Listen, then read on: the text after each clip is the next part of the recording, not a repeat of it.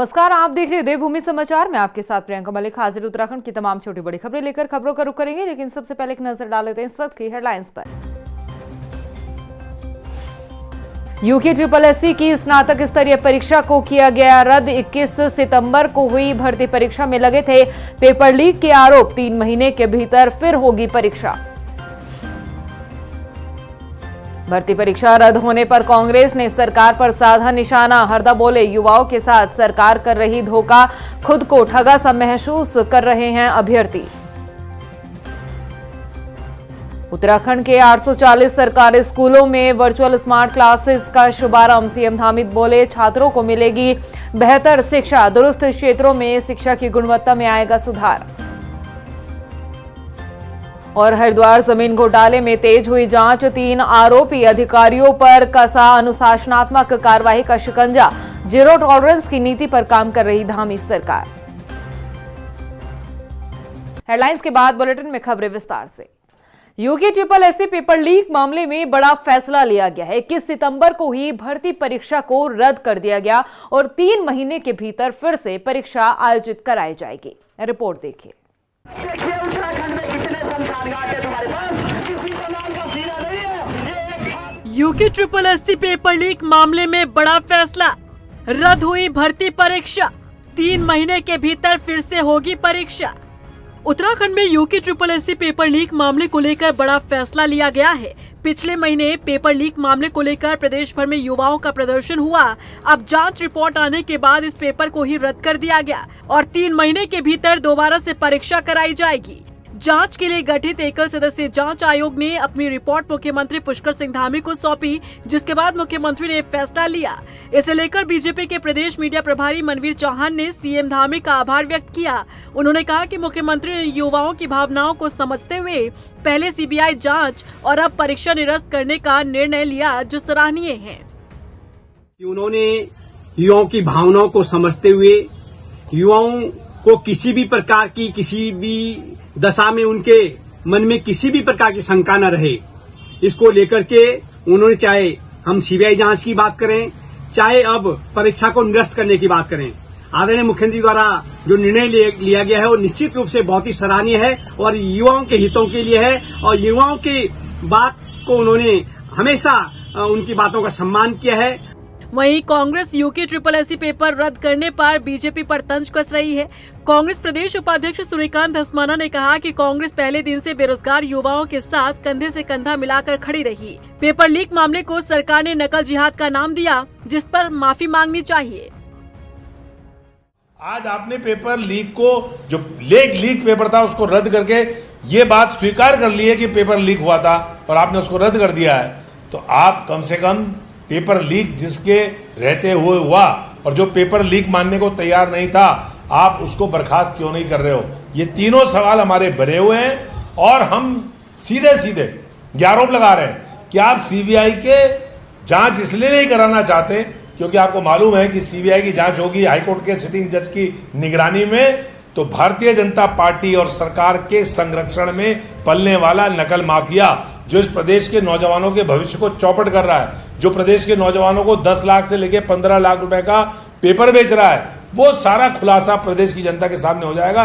इसलिए आप सीबीआई की जांच नहीं कर रहे हो, ये हमारा आरोप। वहीं युवा पेपर रद्द करने के फैसले को अपनी जीत बता रहे हैं। ये पेपर लीक की जांच से लेकर सीबीआई जांच की मांग से लेकर आज पेपर रद्द होने तक आपने जो ये लड़ाई लड़ी, इसके लिए आप सभी बधाई के पात्र हैं। और ये आज आप लोगों की जीत है कि आप सब लोगों के संयुक्त संघर्ष से और ये परीक्षा आज रद्द हो पाई है और इसकी सीबीआई जांच की अनुशंसा भी की है। और ये जीत युवाओं की जीत है कि मुख्यमंत्री धरना स्थल पर आए। बता दें कि 21 सितंबर को यूके SSSC भर्ती परीक्षा हुई थी। परीक्षा शुरू होने के 35 मिनट बाद ही पेपर बाहर आ गया था, जिसके बाद युवाओं का गुस्सा देखने को मिला।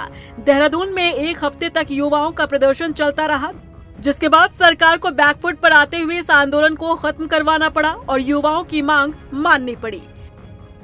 वहीं हल्द्वानी पहुंचे पूर्व मुख्यमंत्री हरीश रावत ने यूके SSSC पेपर लीक मामले को लेकर सरकार को घेरने का काम किया। उन्होंने कहा कि प्रदेश सरकार गंभीर होकर भर्ती परीक्षाएं आयोजित नहीं करा रही है, इसलिए बार बार पेपर लीक हो रहे हैं। ऐसे में भर्ती परीक्षा की तैयारी करने वाले अभ्यर्थी खुद को ठगा महसूस कर रहे हैं। वो तो कल ही हम समझ गए थे, जैसे ही वो 7-8 विधायकों ने वो दिया, ये मिला जुला खेल है। हम तो पहले ही कहते थे कि ये कभी परीक्षा कराने में गंभीर है ही नहीं। ये तो जो लीक है, ये लीग चल रही है, लीक जैसे ना IPL और दूसरी लीगें हैं, तो उत्तराखंड के अंदर पेपर लीग चल रही है और उस लीग की जो है आयोजक राज्य सरकार है, मुख्यमंत्री उसके मुख्य एक्टर हैं। ये तो देखिए, कोई परीक्षा ऐसी है जो भाजपा के राज में हुई हो और जो परीक्षा सिरे चढ़ी हो। अब होगा ये, एक के बाद एक परीक्षाएं रद्द होंगी। देहरादून में सूचना और संचार प्रौद्योगिकी योजना के तहत 840 राजकीय विद्यालयों में हाइब्रिड मोड में संचालित वर्चुअल स्मार्ट क्लासेस का सीएम पुष्कर सिंह धामी ने शुभारंभ किया। इस मौके पर मुख्यमंत्री ने कहा कि 840 नए वर्चुअल क्लासेस शुरू हो गए हैं जो बच्चों को आधुनिक शिक्षा, ज्ञान और डिजिटल कौशल विकसित करेंगे। दूर दराज के क्षेत्रों में घर बैठे ही बच्चे उच्च गुणवत्तापूर्ण शिक्षा प्राप्त कर सकेंगे। 840 नए वर्चुअल क्लासरूम स्टार्ट हो गए हैं। ये निश्चित रूप से हमारे बच्चों को आधुनिक ज्ञान, शिक्षा, कौशल से परिपूर्ण करेंगे और उनको देश दुनिया की सभी प्रकार की चीज़ें सीखने में और अनुभवी विशेषज्ञों का मार्गदर्शन भी प्राप्त होगा, अच्छे शिक्षकों का मार्गदर्शन प्राप्त होगा। दूर दराज के क्षेत्रों में उनको घर के आसपास घर बैठे ही ऐसी उच्च गुणवत्तापूर्ण शिक्षा मिलेगी। मैं सभी बच्चों को, हमारे कर्णधारों को, सबको मैं बधाई देता हूँ। शिक्षा विभाग का भी विशेष रूप से बधाई देता हूँ कि एक बहुत शानदार काम शिक्षा विभाग में आज संपन्न हुआ है कि अब उत्तराखंड का प्रत्येक हाई स्कूल और इंटरमीडिएट कॉलेज वो वर्चुअल क्लास से भी जुड़ गए हैं और स्मार्ट क्लास से भी जुड़ गए हैं। और आज 840 इंटर कॉलेज और हाई स्कूलों से और 1650 से ज़्यादा आज हमने क्लासरूमों को वर्चुअल क्लासरूम से जोड़ा है। लगभग 12,000 से ज़्यादा बच्चों ने आज इस कार्यक्रम में भाग लिया है वर्चुअली और आज हमारे मुख्यमंत्री जी ने इसका विधिवत उद्घाटन किया है। अभी इसमें जूलॉजी 1, बॉटनी 2, केमिस्ट्री 3, भौतिकी विज्ञान 4, गणित 5, अंग्रेजी 6 और कॉमर्स 7, ऐसे 7-8 विषय जो है यहाँ से कोई भी बच्चा अगर एक्स्ट्रा क्लास लेना चाहता है या कोई भी बच्चा जो है आप उसको लगता है कि मुझे जो है अपने परीक्षाओं की और तैयारी करनी है, तो यहाँ से पूरा वर्चुअली माध्यम से जो है हमने यहाँ पे पूरे विशेषज्ञ टीचर रखे हैं। अंतर्राष्ट्रीय बालिका दिवस के अवसर पर देहरादून में सीएम पुष्कर सिंह धामी ने बालिका शिक्षा प्रोत्साहन कार्यक्रम में शिरकत की। इस मौके पर जहां बालिकाओं की शिक्षा को लेकर चलाई जा रही योजनाओं का जिक्र हुआ तो वहीं बालिकाओं को स्मार्टफोन भी वितरित किए गए। सीएम धामी ने कहा कि हर बेटी को शिक्षा और सुरक्षा दोनों का अधिकार दिलाने की दिशा में प्रदेश सरकार काम कर रही है। जीरो टॉलरेंस की नीति पर काम कर रही उत्तराखंड की धामी सरकार भ्रष्ट अधिकारियों पर लगातार एक्शन लेती दिखाई दे रही है। हरिद्वार जमीन घोटाला मामले में जांच तेज कर दी गई है। इस घोटाले में आरोपी 3 बड़े अधिकारियों की मुश्किलें अब और भी बढ़ने वाली है क्योंकि इन पर अनुशासनात्मक कार्रवाई का शिकंजा कसा गया है। रिपोर्ट देखिए। धामी सरकार कर रही जीरो टॉलरेंस की नीति पर काम। हरिद्वार जमीन घोटाले की तेज हुई जांच, आरोपी अधिकारियों की बढ़ी मुश्किलें, कसा अनुशासनात्मक कार्रवाई का शिकंजा। हरिद्वार जमीन घोटाला मामले में आरोपी अधिकारियों की मुश्किलें और बढ़ने जा रही हैं। जीरो टॉलरेंस की नीति पर काम करने वाली धामी सरकार भ्रष्ट अधिकारियों पर एक्शन लेती नजर आ रही है। सरकार ने सख्त रुख अपनाते हुए 3 बड़े अधिकारियों के खिलाफ विभागीय जांच शुरू कर दी है। इस घोटाले में आरोपी अधिकारी तत्कालीन डीएम कर्मेंद्र सिंह, नगर आयुक्त वरुण चौधरी और एसडीएम अजयवीर सिंह पर अब अनुशासनात्मक कार्रवाई का शिकंजा कसा गया है। गृह विभाग ने इस संबंध में औपचारिक आदेश जारी करते हुए जांच अधिकारियों की नियुक्ति भी कर दी है। शासन के आदेश के मुताबिक प्रथम दृष्टया संलिप्तता पाए जाने के बाद निलंबित एसडीएम अजयवीर सिंह के खिलाफ उत्तराखंड सरकारी सेवक नियमावली 2003 के तहत कार्रवाई शुरू की गई है। उन्हें पहले ही आरोप पत्र दिया गया था और 16 सितंबर को उन्होंने अपने लिखित जवाब में सभी आरोपों से इनकार किया था। इसी मामले में तत्कालीन जिलाधिकारी हरिद्वार कर्मेंद्र सिंह और नगर आयुक्त वरुण चौधरी के खिलाफ भी विभागीय जांच आगे बढ़ा दी गई है। इन दोनों की जांच की जिम्मेदारी सचिव सचिन कुर्वे को सौंपी गई है, जो पूरे मामले की समीक्षा कर शासन को रिपोर्ट सौंपेंगे। बता दें कि हरिद्वार नगर निगम ने ग्राम सराय क्षेत्र में अयोग्य भूमि को 54 करोड़ रुपए में खरीदा था। ये भूमि कूड़े के ढेर के पास है।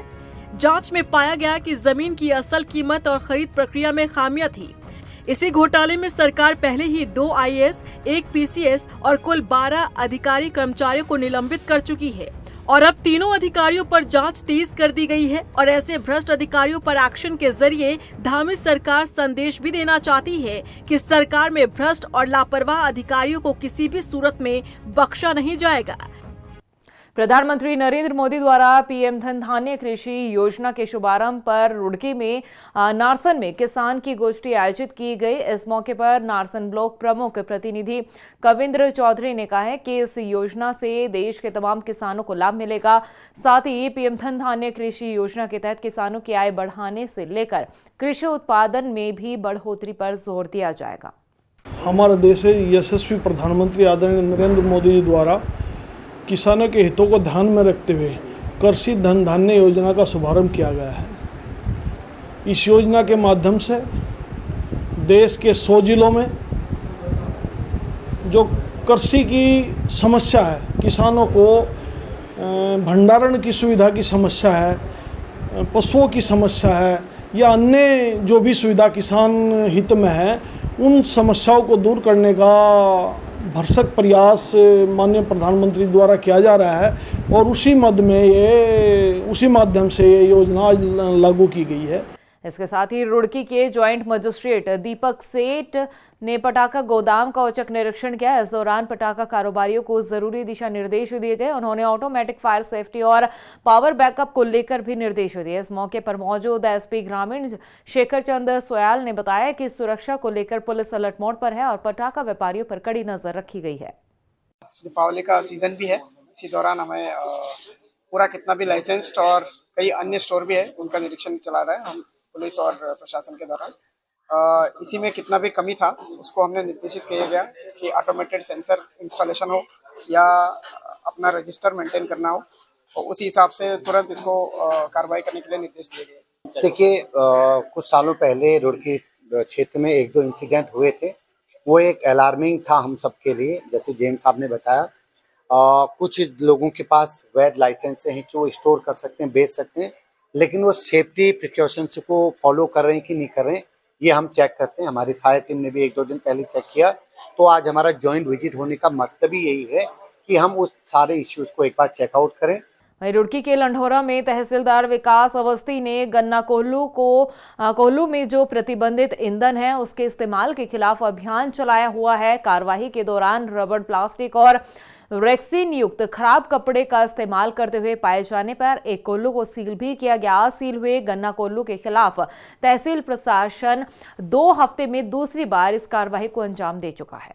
डीएम सर का जो है सख्त निर्देश है कि कहीं भी गलत प्लास्टिक या जो कचरा है उसको जो है जलाया जाता तो स्वास्थ्य के लिए हानिकारक है और इसी वजह से हम जांच की जा रही है, समय समय पर चेकिंग भी की जा रही है। तो तहसीलदार सर ने और हमने भी आज ही चेकिंग सीज करी है और क्योंकि उसमें प्लास्टिक जल रहा था, सीज कर दी गई, उसके खिलाफ विधिक कार्रवाई की जाएगी। नैनीताल दुग्ध संघ ने 75वें डायमंड जुबली मनाई है। इस दौरान दुग्ध संघ के वार्षिक बजट और कई महत्वपूर्ण प्रस्तावों पर चर्चा हुई। फरवरी से 2 रुपये प्रति लीटर दूध के दाम बढ़ाने के प्रस्ताव के साथ ही दुग्ध उत्पादकों को प्रोत्साहन राशि दिए जाने और दूध से बनने वाले घी, दही, मक्खन, पनीर समेत अन्य दूध से बनने वाले पदार्थों की मार्केटिंग को लेकर भी मंथन किया गया।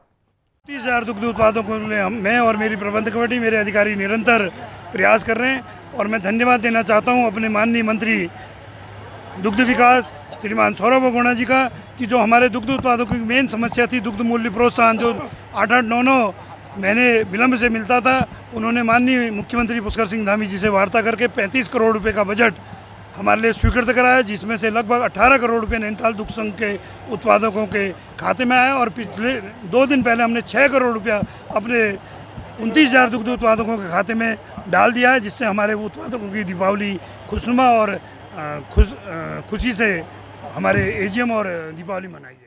वहीं नैनीताल जिले के कालाडोंगी में पुलिस की मौजूदगी में ही मारपीट हुई है और गोली तक चल गई। दरअसल नया गांव में दो पक्षों में विवाद के दौरान मारपीट और गोली चलने की घटना हुई है। बताया जा रहा है कि जब गोली चली तो मौके पर ही पुलिस प्रशासन की टीम मौजूद थी, जिसका एक वीडियो सोशल मीडिया पर वायरल हो रहा है। वहीं एसपी सिटी का कहना है कि दो पक्षों के बीच झगड़ा हुआ था, जिसमें 6 लोगों के खिलाफ मुकदमा दर्ज कर लिया गया है। देखिए, रामलीला के दौरान दो पक्षों में झगड़ा हुआ, जिसमें फायरिंग की घटना हुई। पुलिस भी मौके पर मौजूद थी। पुलिस के द्वारा घटना को तुरंत नियंत्रण में लिया गया। दोनों पक्षों ने तहरीर दी है। इस पर दो एफआईआर पंजीकृत की जा चुकी हैं और कुल मिला के 6 लोग इसमें नामजद हैं। शीघ्र इनकी अरेस्टिंग की जाएगी। प्रदेश की खबरों में इतना ही। फिर हाजिर होंगे कुछ और खास खबरों के साथ। तब तक के लिए मुझे दे इजाजत, लेकिन जाने से पहले एक नजर हेडलाइंस पर। नमस्कार। यूके की स्नातक स्तरीय परीक्षा को किया गया रद्द। 21 सितंबर को हुई भर्ती परीक्षा में लगे थे पेपर लीक के आरोप। 3 महीने के भीतर फिर होगी परीक्षा। भर्ती परीक्षा रद्द होने पर कांग्रेस ने सरकार पर साधा निशाना। हरदा बोले, युवाओं के साथ सरकार कर रही धोखा, खुद को ठगा सा महसूस कर रहे हैं अभ्यर्थी। उत्तराखंड के 840 सरकारी स्कूलों में वर्चुअल स्मार्ट क्लासेस का शुभारंभ। सीएम धामित बोले, छात्रों को मिलेगी बेहतर शिक्षा, दुरुस्त क्षेत्रों में शिक्षा की गुणवत्ता में आएगा सुधार। और हरिद्वार जमीन घोटाले में तेज हुई जांच। 3 आरोपी अधिकारियों पर कसा अनुशासनात्मक कार्रवाई का शिकंजा।